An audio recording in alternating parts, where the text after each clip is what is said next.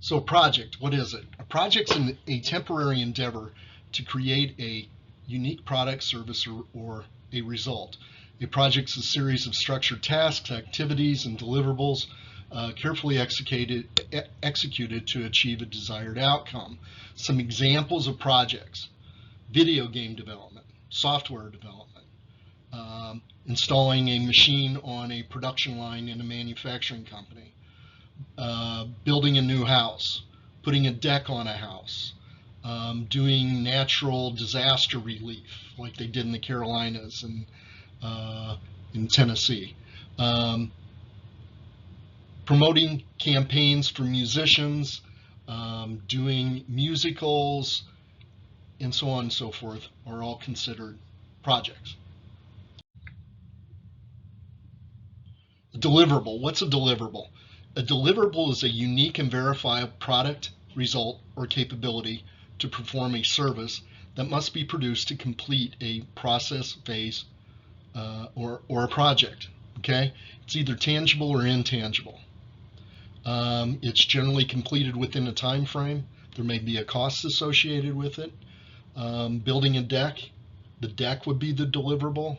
An insurance company fulfilling a claim for a customer that had a natural disaster, that would be a deliverable. As you can see from the pictorial, a deliverable can be a product, a report, documentation, an idea, development of an approach, equipment, or a result.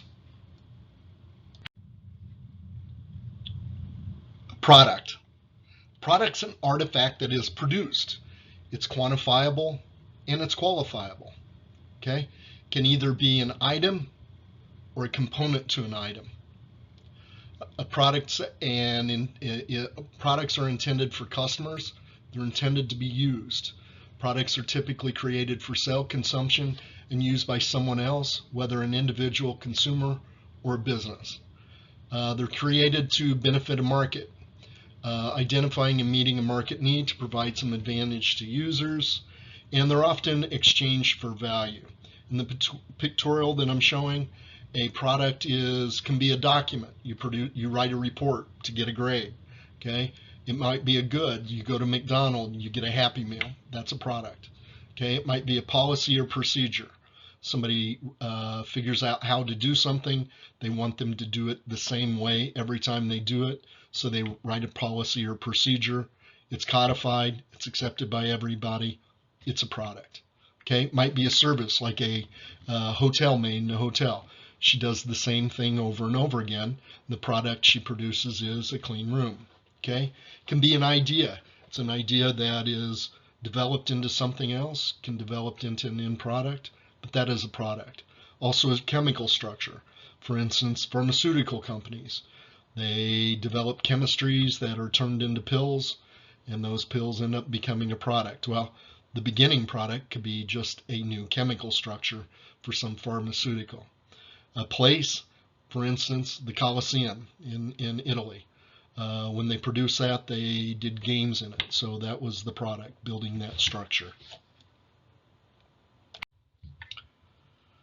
So a program, what is it? A program's a collection of related projects managed together to achieve benefits and control that aren't available when managing them individually. So the difference between a project and a product, a project and a program is as follows. Okay, so on the right side of the visual, projects are time-bound, one-off undertakings to achieve a tangible outcome. Several projects can come together to fulfill one long-term objective for a program. Okay, project success is measured in cost effectiveness, quality parameters, deadlines, and customer satisfaction. Project management emphasizes the content of something that's being produced. A program can be many projects put together. Project is a long-term undertaking for strategic benefits. Programs can consist, again, of several interrelated projects. A program success is measured in terms of the needs and benefits of the program. In other words, the separate projects together.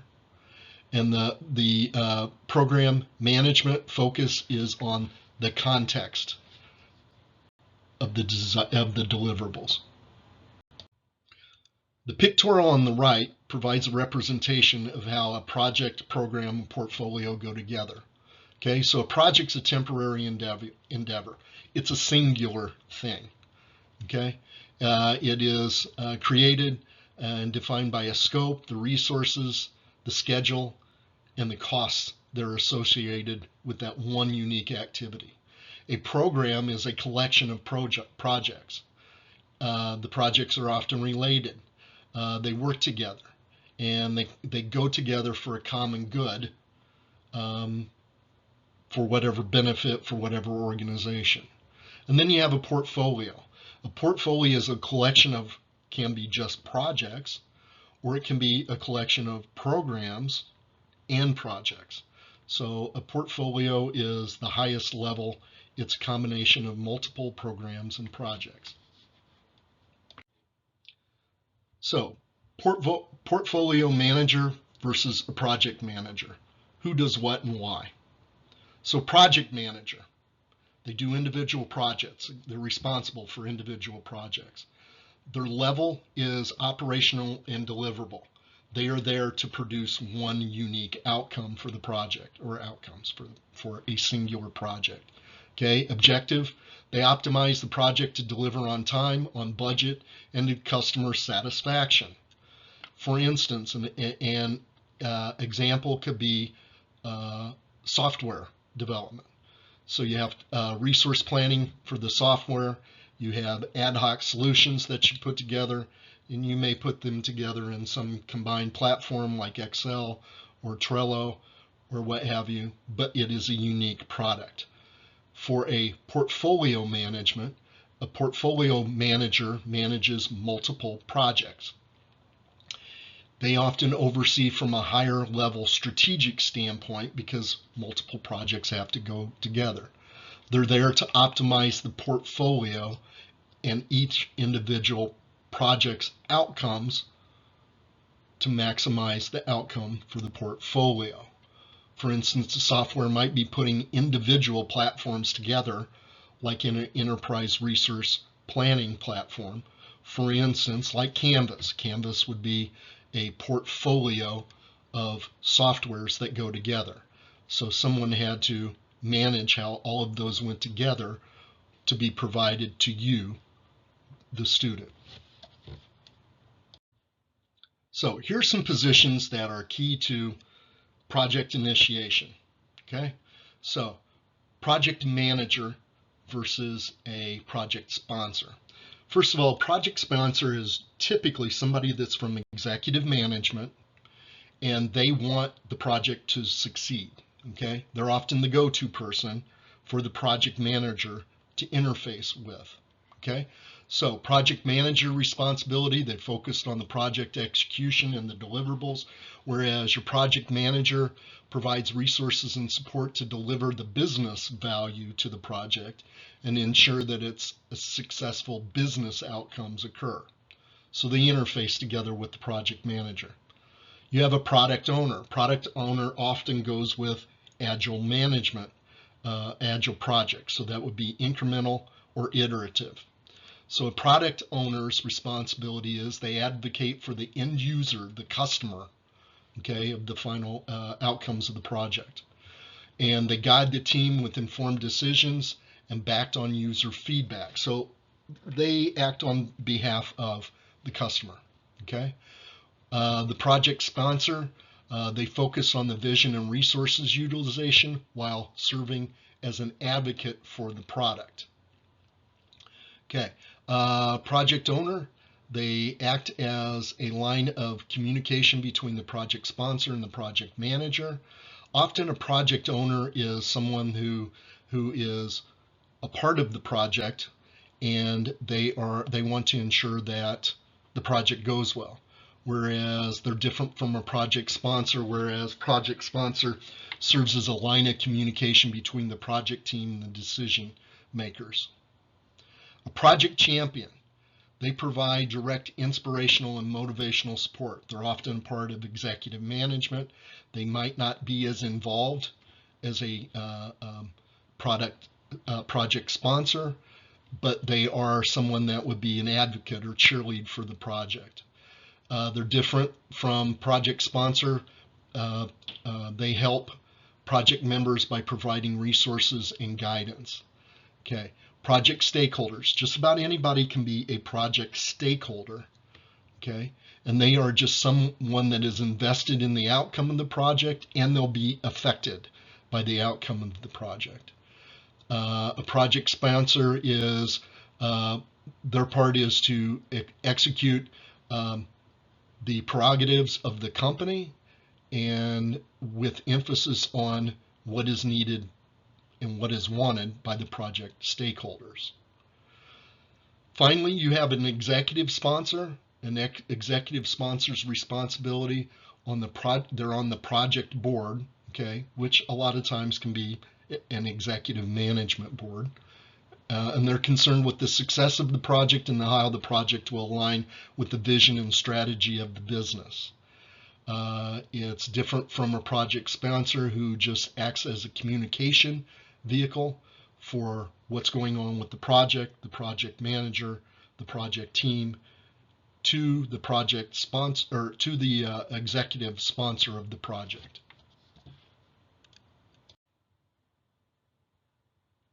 In this slide, we see the rough project initiation phases.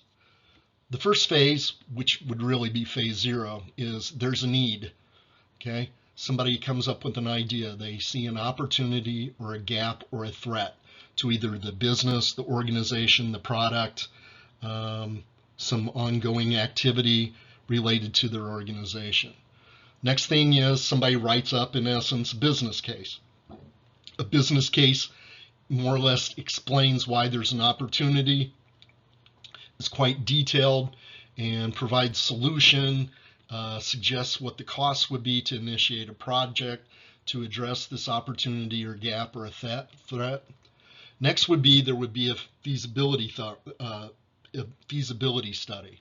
And a feasibility study would study on whether or not we can complete the project, whether it's worthwhile to do, and it will reach the desired outcomes that we're looking for with our organization. Next is a project charter. Project charter is a big one in the initiation process. It states who is giving permission to undertake this project, and it tells you who this project sponsor is. Okay, the go-between between your executive management stakeholders and a project manager and a project team. Okay, so it officially starts off the project. If a project manager has not already been selected, they will at this point select them and state who the project manager is on the project charter. Okay, next part is the team, development of the team. That is, along with sponsoring from the project sponsor, the project manager decides who needs to be on the project team to get it accomplished and make it successful. We'll talk about different types of team approaches later on. Needless to say, there's a lot involved with it, but that gets the project going. Once the team has been selected, then you have a kickoff meeting. Okay, from the kickoff meeting, you may go to the project idea, may go to a project office. Like I said before, many organizations have project management offices, and they help out the project team to get them going. The business case. The business case is super important. There's a lot of parts to it. Now realize that this is an introductory tutorial on project management, but we're going to go a little bit in depth here for when we refer to it later. So here we go with business case. Business case, what is it? A business case explains the value or benefits your group, organization, or company will gain pursuing a business opportunity. It's a tool that helps stakeholders understand a potential return on investment or growth opportunity. The business case provides an initiative for change, and it can be anything from the messaging for a new product or a feature launch, okay, like with the iPhone. It can be a proposal to increase spending. It can be a significant investment in a new agency or have a contract with someone to provide you a service, and or it could be the building of a new building or improving the structure of a building. It's a compelling business case outlines the expected benefits of this significant investment. Key stakeholders, typically executive management, use the business case to decide whether or not they are going to promote a project. So it's a key thing to present to executive management to get your project initiated. Okay, so here's the important parts of a business case.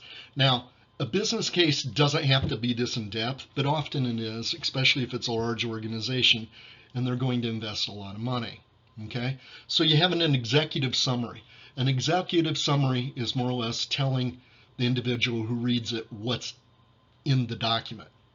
If you remember when you're in college, hopefully in your presentation class, English or what have you, they tell you that you are supposed to tell somebody what you're going to tell them. You tell them, and then what you have told them. That is sort of what is involved with an executive summary for a business case. The next thing is the background and the context. So you want to tell them what the idea was based upon a gap, a need, or a threat. After that, you state exactly what the problem statement is. You say, this is the problem. Okay, it's very precise. If it's ambiguous, then that leads to things like scope creep and things like that. So you want to be as precise as possible, but describe the problem adequately. The next thing that is involved is you have a high-level solution that you begin to suggest in the business case. You're providing vision of saying, well, we have this gap, but if we do certain things within a project for our organization, we'll have this future state that will be good for us. Within the solutions, you'll give solution details, you'll describe the benefits of doing this solution, and you'll provide some basic cost analysis. Not to say more detailed is better because it can change, but you can also work that to make it so it's detailed enough to give the executive stakeholders some idea of what's going to be involved if they promote doing this project. The next thing is you develop a plan. A plan at this point could be as simple as having a Gantt chart that we'll talk about later. A Gantt chart is more or less something that on the y-axis you tell the activities involved with the project, and on the x-axis you give it the time frames, the dates that are involved with getting specific phases and or milestones completed. You'll talk about risks that are involved with doing this project and how you would mitigate, in other words, take care of them. You'd assess them and then figure out how you'll get around these risks, or you may just accept the risk and deal with it as it comes up. The next thing you'll talk about in a business case is who is going to govern the project, who's going to keep an eye on it. And a lot of times that has to involve with the money that's going to be involved. And you'll have someone that is going to keep track of the quality and make sure that you are meeting the desired outcomes, especially to fulfill the need of the customer stakeholders. And then finally, you wrap up the business case and you say that here's our recommendations, and you state what the next move is. So after the business case is completed, you'll often say that a business or a feasibility study needs to be done to make sure that we can do this. And if you decide from the feasibility study you can't be done, executive management squashes the project and it's over with. So, business case part 2. A business case explains the value or benefits to your group, your organization, your company, what you'll gain from this business opportunity. It is a tool that helps stakeholders understand the potential return on investment. Its compelling business case will outline expected benefits, and you will also talk about the key stakeholders, who's going to be addressed by doing this project. Five elements that are attached to a business case include the strategic context. That means the higher level thinking that goes with why we would do this and how it's going to compel our case to benefit our organization. You have to think in terms of economic analysis, net present value. In other words, doing this right now, what is it worth to us? And maybe it might not be worth to us at the net present value of the money we have. What return on investment you may have by doing this case. And then internal rate of review is another economic analysis that can be done for a project. The commercial approach, in other words, that's determining the strategy for how to go about doing this project, and it might be for putting a new product on the shelf, and so you'd have to consider things like the product life cycle afterwards, how to maintain the product. So for instance, if you put a car out, okay, afterwards you got to worry about having replacement parts. Who's going to fix the cars when they break down? What's going to happen with the car after its useful life? Things like that. And then you have to figure out the management approach and the roles that go with the project. And so all of that is stuff that is outlined in a project. So who writes a business case? A number of people can write a business case, and that depends on how big of a project is being undertaken. Okay? A project executive, often from the executive management group, the stakeholders, their executive management, may assign somebody.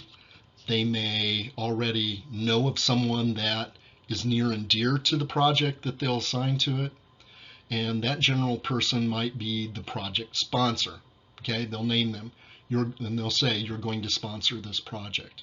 You might have a business analyst. That might be an accountant, somebody that's a finance person that knows the state of the finances or the costs or the business value of whatever opportunity or threat that's occurring. Okay, you might have the project manager.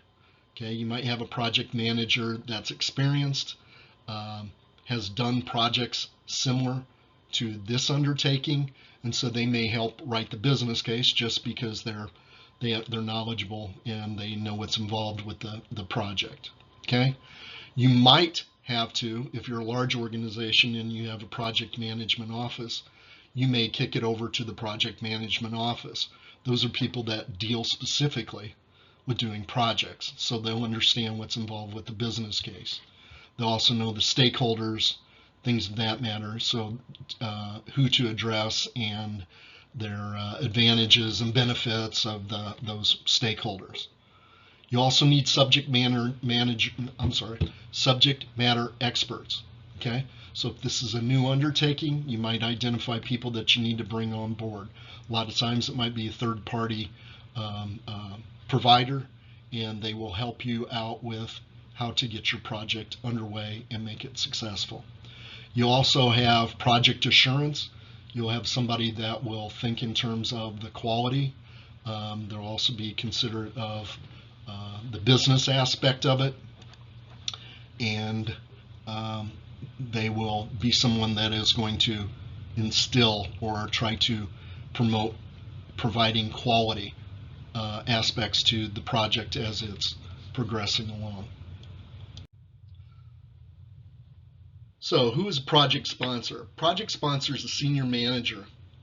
They're often a member of executive management. They are in essence the project executive. Okay, so they're responsible for the success of this project. They're a communication person between the project manager and executive management.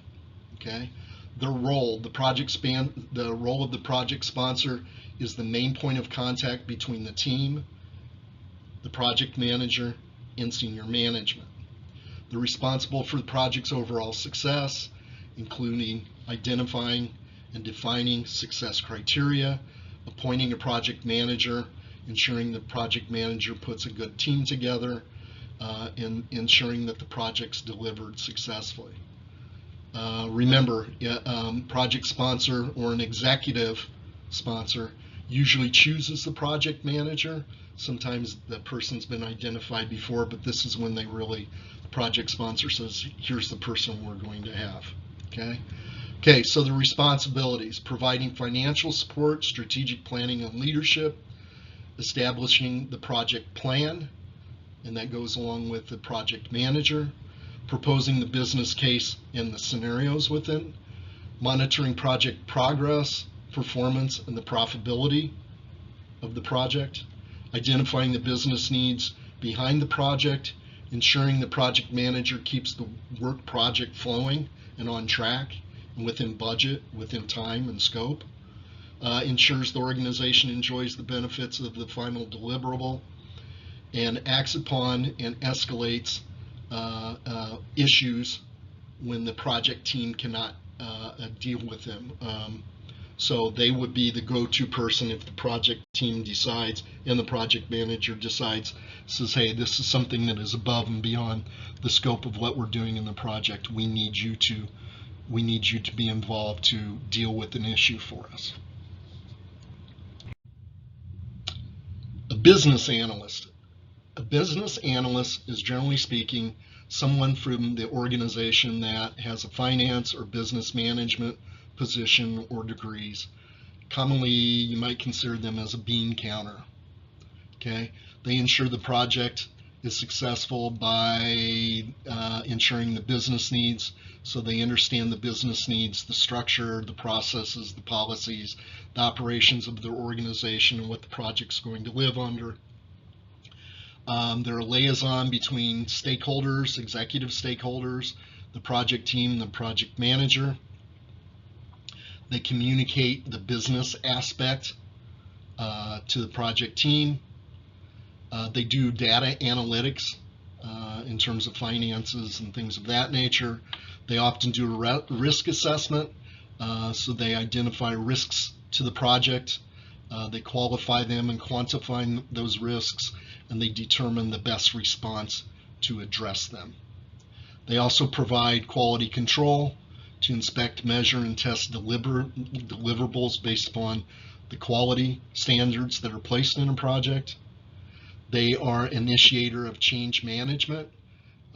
If you are undergoing a project and a organization is functioning one way, that means that they have to be aware, understand, and help communicate that changes are occurring, and to help mitigate those things. And then they act as a collaborator with project manager and executive management. Project manager. Who's a project manager? Many people lead projects. That's not a secret, okay? If you run production, if you run a sandwich shop, if you run your family, you manage projects, okay? The only difference between a project manager and a professional project manager is this is someone that professes that they know the knowledge, the process, the capabilities, the requirements to complete projects, okay? Generally, a professional is known as a PMP. They have a PMP, professional project, or a project manager professional certification. The organization I went through is Project Management Institute. There's project manager. There's other types of organizations. All of those in some way, shape, or form provide certification to recognize that they know the terminology, the process, and what's involved with doing projects so they come to fruition. They're successful. So what does a project manager do? They do planning. That's a big part of what they do for a project. To do a project correctly, the most time involved with it is the planning aspect with it, especially at the beginning of a project. Okay, so they create timelines, they define the scope of the project, and they plan for costs. Okay, they identify them and then plan for them. They manage resources. They gather information from the project management team who have identified the things that are going to be involved with doing the project. And from them, they manage those people, and they help those people manage accruing resources so the project can get completed. They act as a communicator. One of the single most vital roles of a project manager is they are good at communications.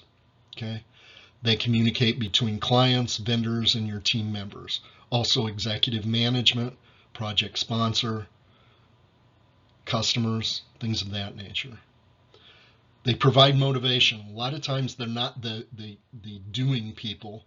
They are the people behind the scenes that are doing the things. So they're asking what the people doing the project need, and they facilitate them and help them.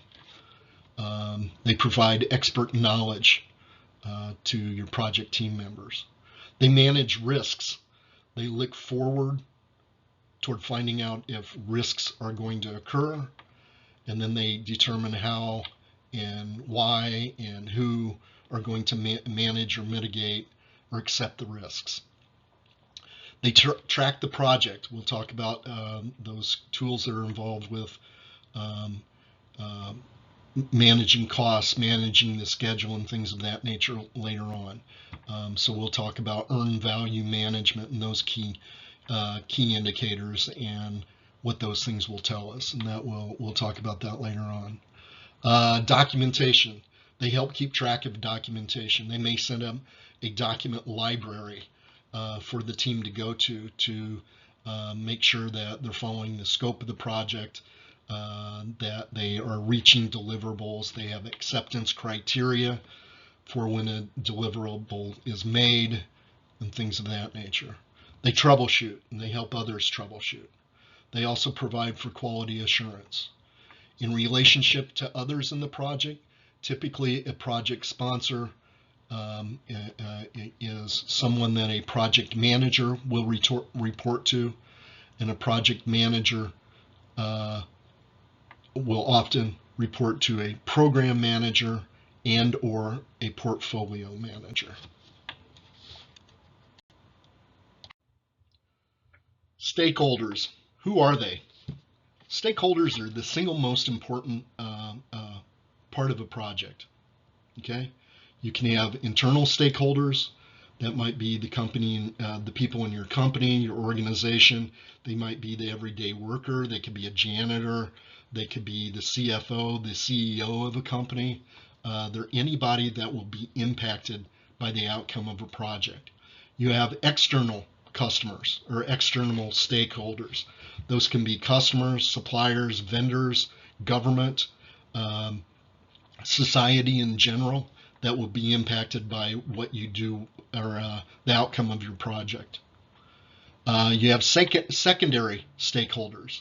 Generally speaking, those are people that, like a tier supplier, they're not necessarily directly impacted by the project, but in some way, shape, or form downstream, that project is going to influence them. That could be media outlets, government, labor unions, advocacy groups, PETA, any special type of advocacy group that might be concerned, FEMA, so on and so forth. You have other stakeholders. Generally, the other stakeholders are regulatory authorities, planning authorities, contractors, subcontractors, non-governmental organizations. They are generally other stakeholders, or those people that will be simply impacted because now they have an opportunity to help you do your project. Stakeholders can be significantly impacted by a project, either positively or negatively. They can also have risks that they're not aware of by your project. So they might be impacted and not even know that something either positive or negative is going to happen to them because of the project. So stakeholders, who are they?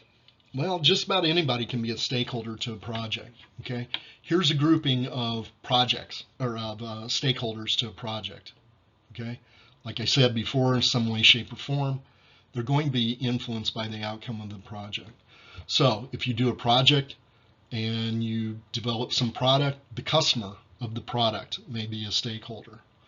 The user of something might be a stakeholder. For instance, if you do an online banking, okay, and you develop a website and it's poorly made up, there can be problems. And then because you have problems, you have to have helplines and things like that. So those can be stakeholders to a project. Obviously, investors are important stakeholders. Okay, they're going to put money in for some activity, for a project. They're probably expecting to get some good results, so they're making money off of it.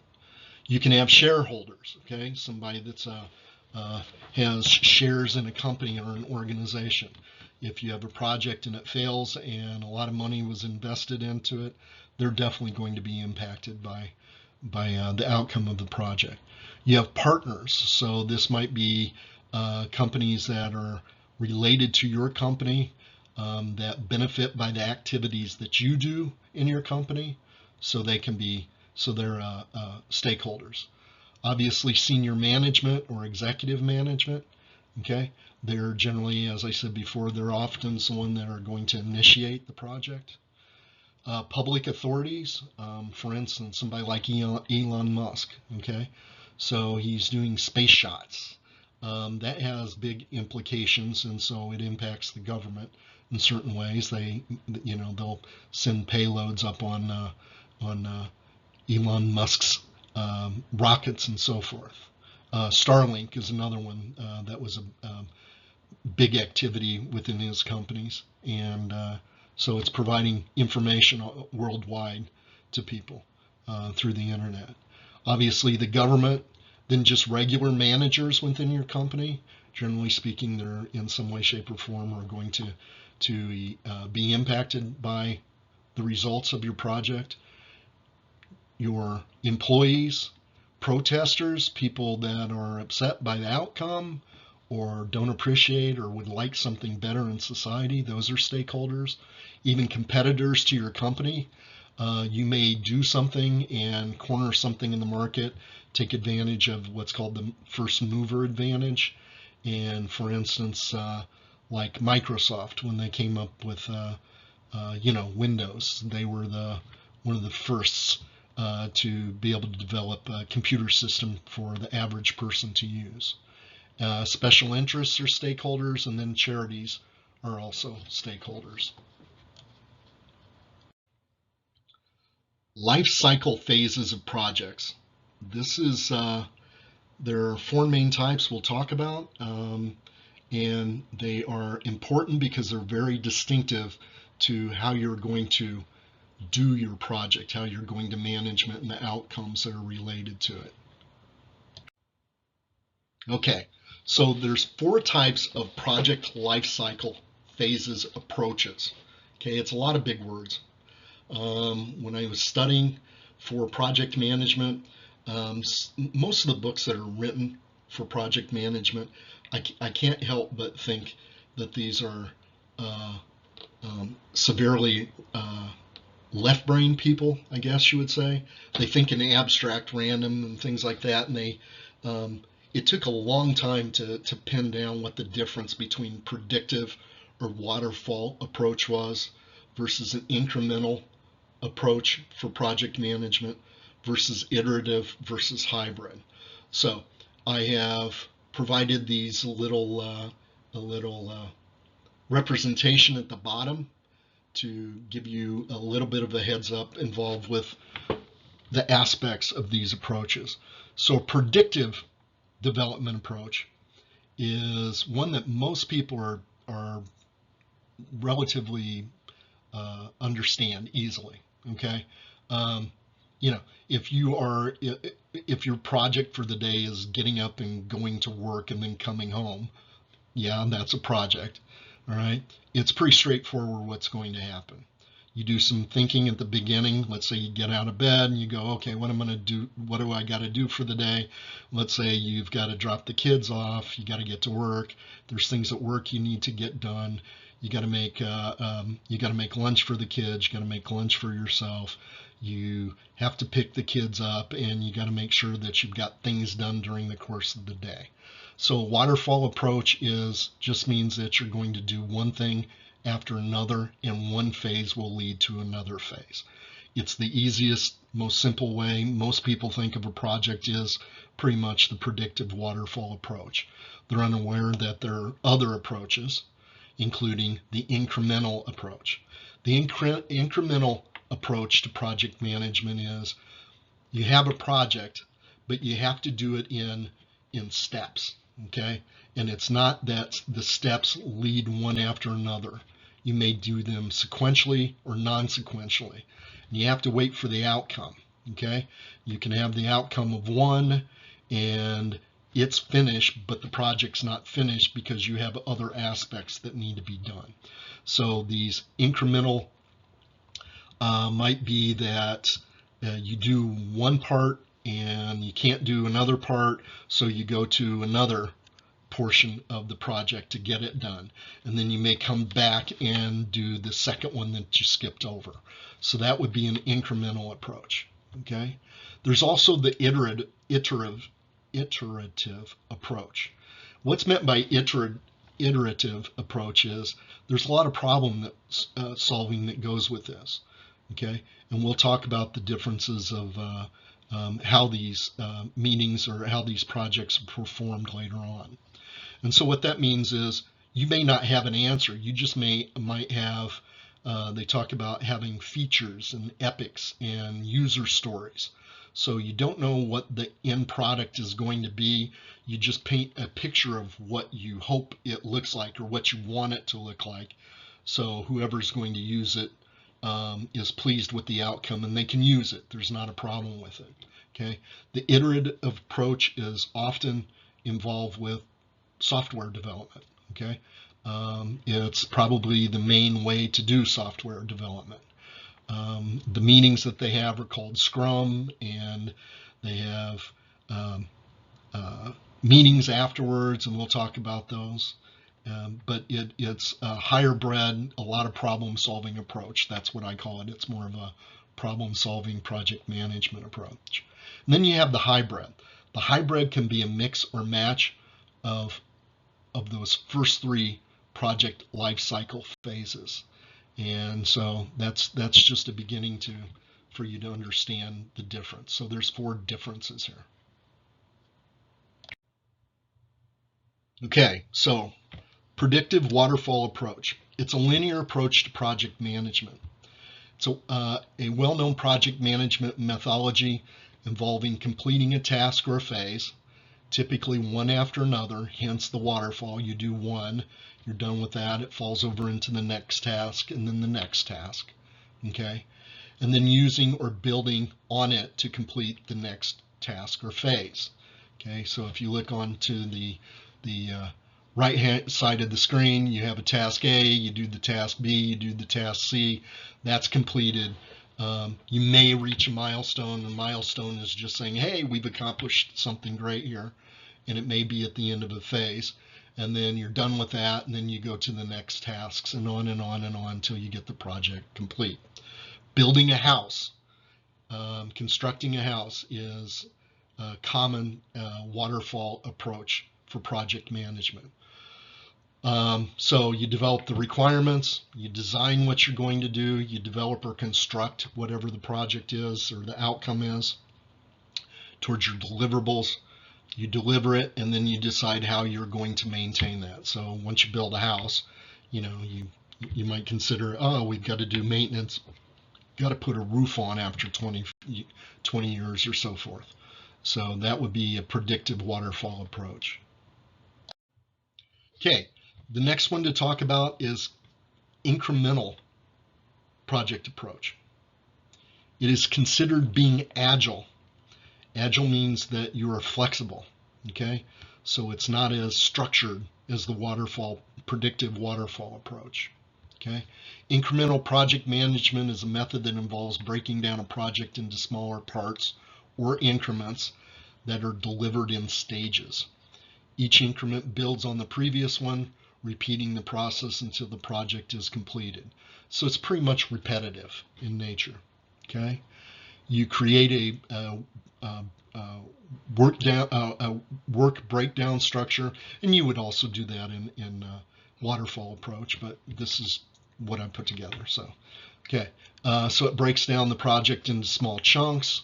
It prioritizes work, so you may do one thing and you may do another thing, and eventually those things are put together, not sequentially, just at some time, and then they go together and things work out. So you have to prioritize what needs to be done. You have realistic expectations. You often have meetings, weekly meetings, to find out what has been done and what's going to be done, and you discuss problems that arose and how they were mitigated, and then you log those problems. You put these things in a log of what's happened, and so on and so forth. You review the progress, so you have goals that you reach on a regular basis, maybe 1 to 4 weeks. 4 weeks is typical for incremental project management. And then you have to have very effective communication between your project team members who are doing aspects of this part of the phase of the project. Next thing to talk about is the incremental structure as a visual. Okay, so part of what's important to doing incremental is providing a definition of done for each thing that is being each task or phase that's being undertaken. So if you look at the structure here, notice it's a typical, it's kind of a same process over and over again, but you may have different outcomes. And this might be the release of, let's say, a restaurant. Okay, you have several restaurants and one's ready to go before the other one's ready to go. Let's say they're putting in a new menu, and so one restaurant on one side of the country can start working, and the other one can't because they don't have the resources or the chef or what have you. Okay, so you do an analysis of what's needed. You design. So let's say we're doing a menu. The menu that a restaurant might provide in California would be different than what's provided in, let's say, Boston. Okay, it's the same company, you have the same brand, but you might have different offerings. Okay, so you analyze what your customers want, need, you design what you're going to put on your menu, you implement the menu, make sure you got the food, the people that can cook, things like that. You test to make sure what that offering is going to be on the menu is good for your customers. Then you deploy it, and then you make sure that you're maintaining quality. So that might be maintenance. So let's say that was in California. Now let's say your restaurant's in Boston. Okay, they both may like seafood, but they're going to get different type of seafood available. So again, you're going to analyze what you want to put on the menu based upon feedback from your customers. You design the menu, you implement it, you test to make sure people like it, then you deploy it if it is what they want and they're satisfied with it, and then you set up things to safeguard that you can keep providing the same amount of quality. And then let's say you decide, oh, I've also got this restaurant and it's in Chicago. Okay, so not a whole lot of seafood there, although they can get seafood there, but they might have different requirements of the food they want there. And so this structure provides an example of what might be involved with incremental product approach. Okay, so the iterative project approach, it's also considered agile because you have to, as things occur or don't occur, you have to be agile to be able to do things to keep the project going. So it's an agile methodology that involves defining solutions as a team in collaboration with clients. They want something, but they don't necessarily know what they want and how they want it and how they use it. Okay, like I say, it's primarily used for software development, and project management's an approach to developing a product or a service that uses short cycles. They're often called sprints or iterations. Okay, and They use daily stand-ups or scrum meetings to find out what they've done the day before, what progress is made towards what's called a product backlog. Okay, and that product backlog might be for your cell phone, and you want certain apps on it, and you want the cell phone features to work a certain way. Okay, and then you find out, oh yeah, we did get this one made. Now what can we do next? So that would be the example of a product backlog. Okay, it's also repetitive, like with iterative process where you plan, design, implement, test, and evaluate and review. And if you notice, there's a circular aspect to it. So you do the initial planning, then you do planning on more short-term planning. You figure out requirements, you analyze the design, you implement it, you put it in place, then you do evaluate it, and you keep doing this over and over again.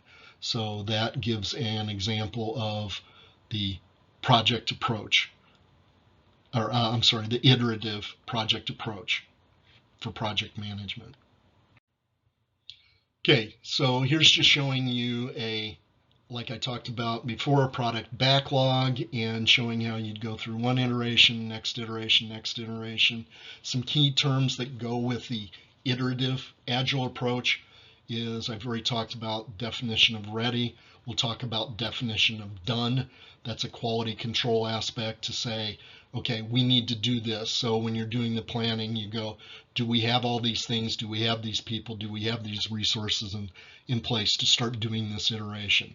And then once you're doing the iteration, you go back and you make sure that everything's done, and that's called definition of done. It's in essence a checklist saying, we did this, we did this, we did this, this works, this works, this works, and that's how you know that you've completed that iteration. It involves defining tasks by user stories.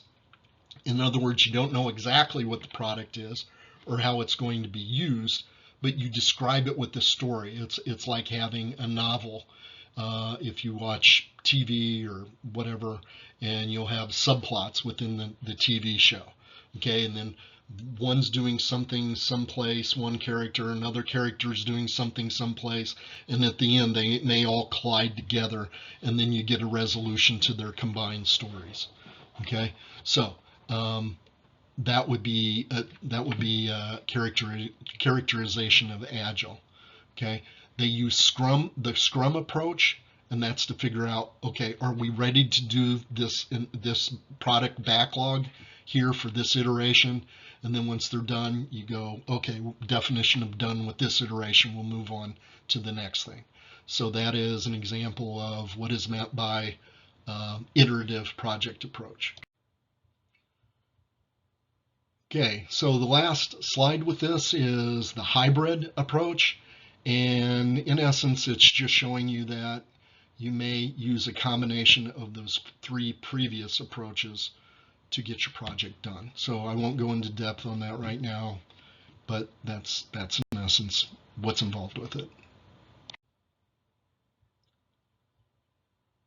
Finally, for these last slides, and really these slides don't go here, but it's a term you need to know, and it's one of those things that if you take the CAPM exam, they're going to ask questions about it. There's not a lot, but you need to know about these things. Okay, so a lot of organizations, because they're big and they have a lot of projects, they do have project management offices. Okay, so I'm going to right here discuss what's involved with that real kind of briefly, but at least you know it exists. Project management offices. Finally, most organizations that require many projects utilize a dedicated project management office. A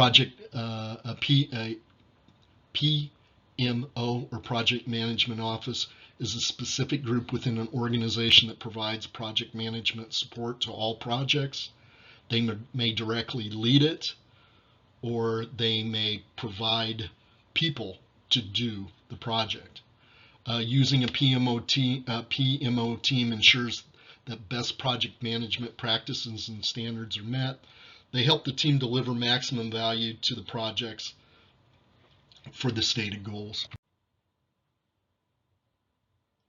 So what is it a PMO does? Well, they help provide strategy, okay? They'll help do the chartering, the visioning. They'll do something called a product or a roadmap, and a roadmap just can often be a visualization saying, here's what would be involved with doing this project. They often provide governance. They'll have a set of documentation, often your procedures and policies and governing vehicles, documents in an organization will help guide how a project's to be conducted. They'll provide tools. A lot of them will keep a template of documents that are needed. For instance, they'll provide something like a business case template, or they'll provide a product roadmap. Okay, they'll provide business. Let's see what else. Project charter. They will provide you with the software to use to do your work schedule, things of that nature. They will help you with tailoring. Tailoring is a term that's used on the exam, and tailoring just means that you're accommodating or you're making consideration of the people, the resources, the content, the activity, what's going on, and you're figuring out best case way to approach something. May help you provide management. They may give you managers. They may provide project managers for you. They can take over distressed projects that are going awry. They also can collect data and keep data for you to use. They can help coordinate communication. They may provide stakeholder channel analysis. That'll tell you how to address and communicate pertinent project information over the course of a project and after the project is completed. And so those are the things that are done with the project management office. The phases of any project are the initiation, the planning, the execution, the management, and then the review of the project, and they're involved with all aspects of those.